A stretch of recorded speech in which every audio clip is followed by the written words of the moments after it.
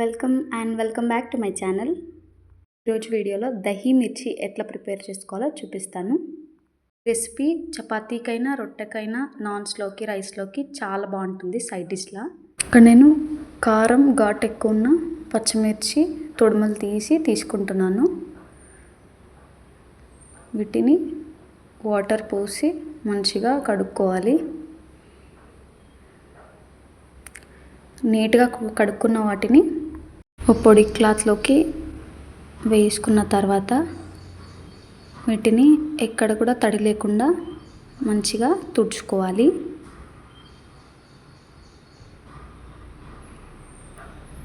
తడి లేకుండా తుడుచుకున్న తర్వాత ఒక సపరేట్ ప్లేట్లోకి వేసుకొని ఇక్కడ చూపిస్తున్నట్టు పొడుగా స్లైసెస్లా కట్ చేసుకోవాలి. పచ్చిమిర్చిని అంతా కట్ చేసుకున్న తర్వాత ఇందులోకి 1 టేబుల్ స్పూన్ పైన పసుపు, 2 టేబుల్ స్పూన్ ఉప్పు వేసి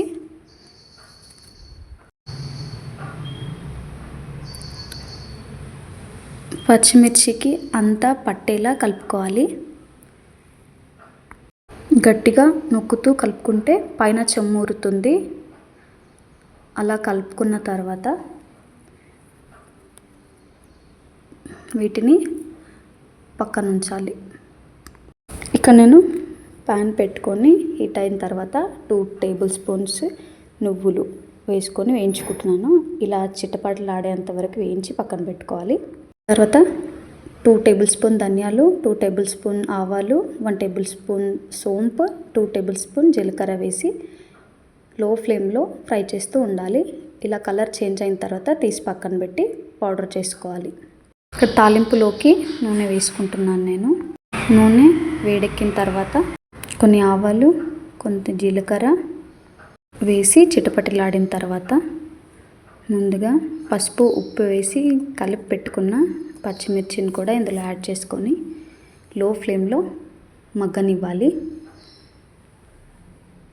చాలామంది పచ్చిమిర్చిలోకి పసుపు ఉప్పు యాడ్ చేసి డైరెక్ట్ తాలింపు మిర్చిలో వేసుకుంటారు. కానీ నేను ఇక్కడ తాలింపులోకి పచ్చిమిర్చి వేసి వేయించుకుంటున్నాను. సరే, అయితే ఇక్కడ నేను ముందుగా వేయించి పెట్టుకున్న నువ్వుల పౌడర్ అండ్ ధనియాలు, జీలకర్ర, ఆవాలు వేయించుకున్న పొడిని కూడా ఇందులో వేసి లో ఫ్లేమ్లో కలుపుకుంటున్నాను. ఇట్లా మంచిగా పొడులన్నీ పచ్చిమిర్చికి పట్టేలా కలుపుకోవాలి. బాగా కలుపుకున్న తర్వాత ఇక్కడ చిలికి పెట్టుకున్న పెరుగును కూడా వేసుకొని